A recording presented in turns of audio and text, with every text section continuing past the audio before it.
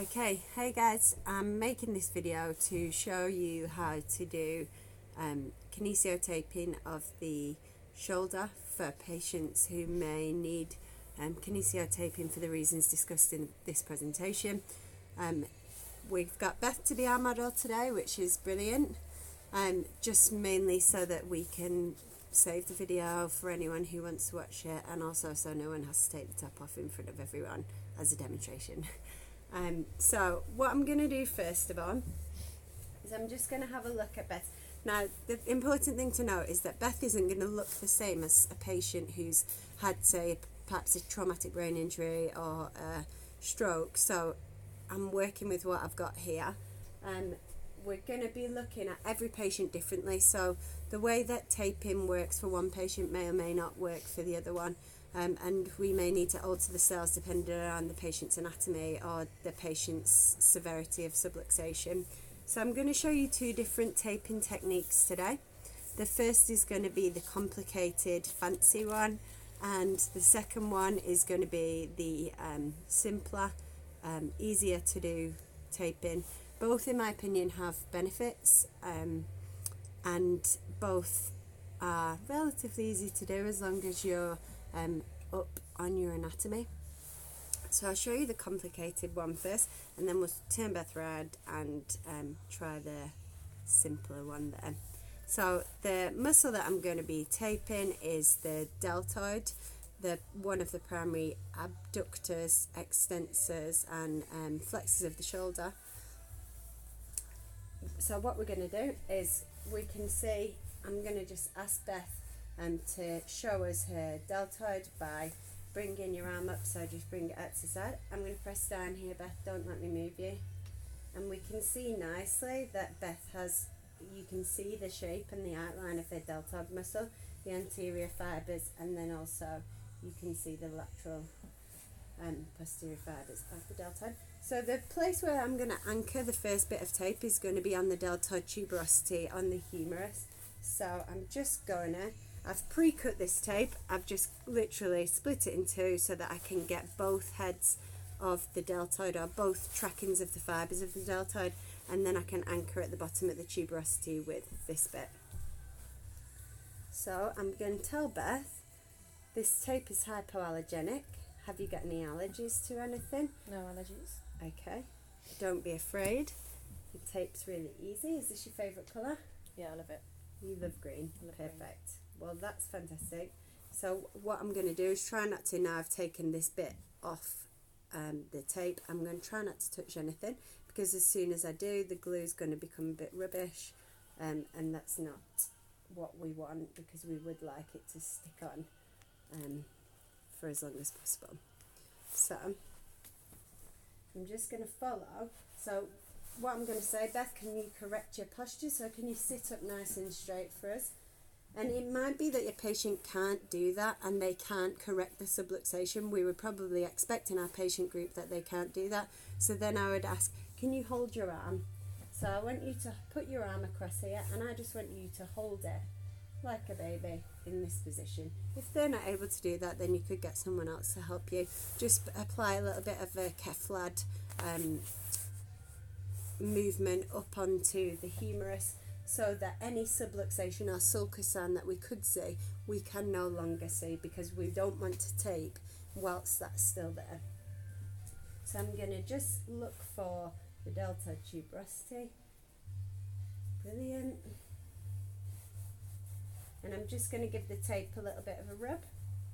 Now, because I've separated the two heads, I can use them independently, which is benefit. So I want to put around a 50% pull onto this piece of tape. So I'm going to give it a pull. That would be 100%. I'm going to go for around 50, and I'm just going to trace it round and bring it. It's perhaps a little bit long. You can chop it off, but for the purpose of this video, I'll just leave it as it is.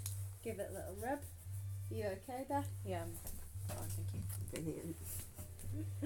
Okay, next bit, again I'm going to avoid touching onto the tape. I'm just going to give it a bit of a pull. Note that I'm actually leaving an anchor of the tape here, I'm just going to give that 50% pull. I'm going to try and come around the anterior aspect, all the way up onto the upper trap, and then I'm going to anchor it down there. Lovely. Okay. Second piece with this is that we're going to get the head of the humerus into a good position, because the head of the humerus can sublux, as we know, in a caudad movement, or it can also sublux anteriorly, just because of the anatomy of the head of the humerus. So what I'm going to try and do is anchor up at the front, and then I'm going to bring around the tape onto the inferior border of the scapula to enable us to get that nice proprioceptive feedback and somewhat positioning of the head of humerus. So again, I'm just going to tear off the first bit to create a nice anchor. I'm not touching it, so I'm just going to right over the front of the pec, just below the clavicle, and then again, without touching the tape, I'm just going to do a nice pull. You okay there, Beth? Good.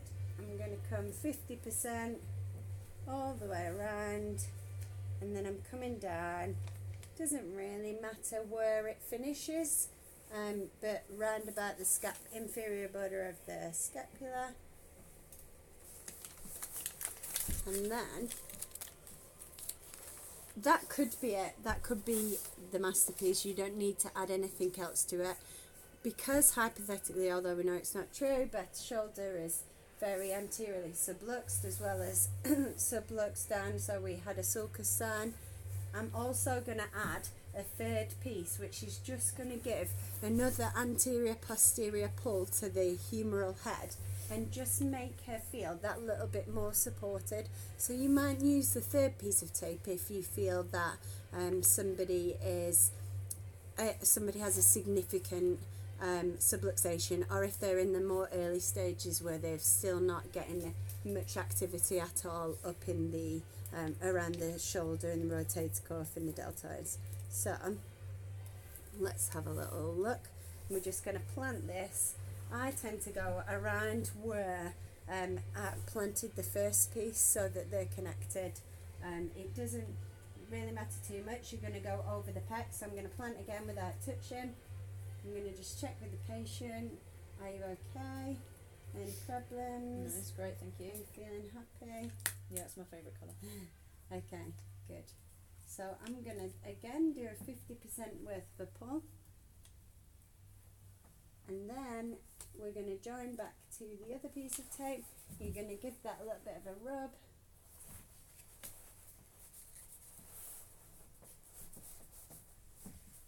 And there we have it.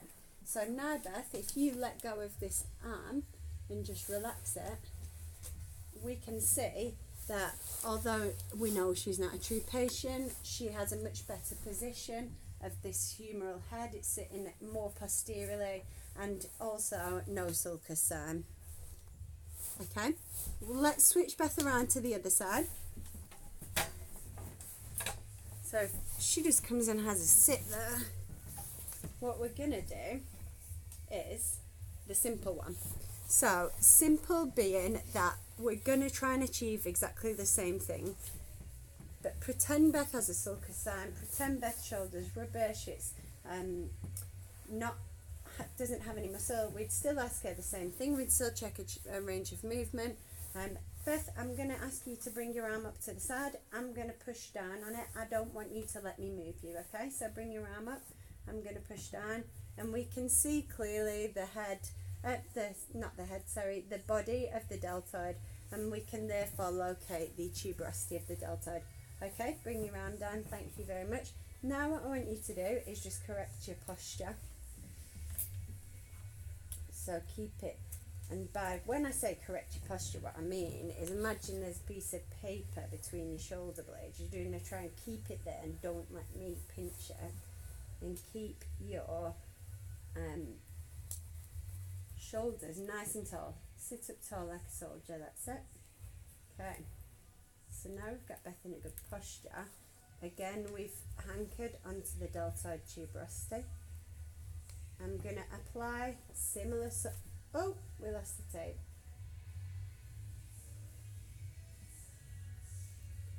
Okay, we're going to apply a similar sort of force up, and then we're going to anchor over the top of the cranium process.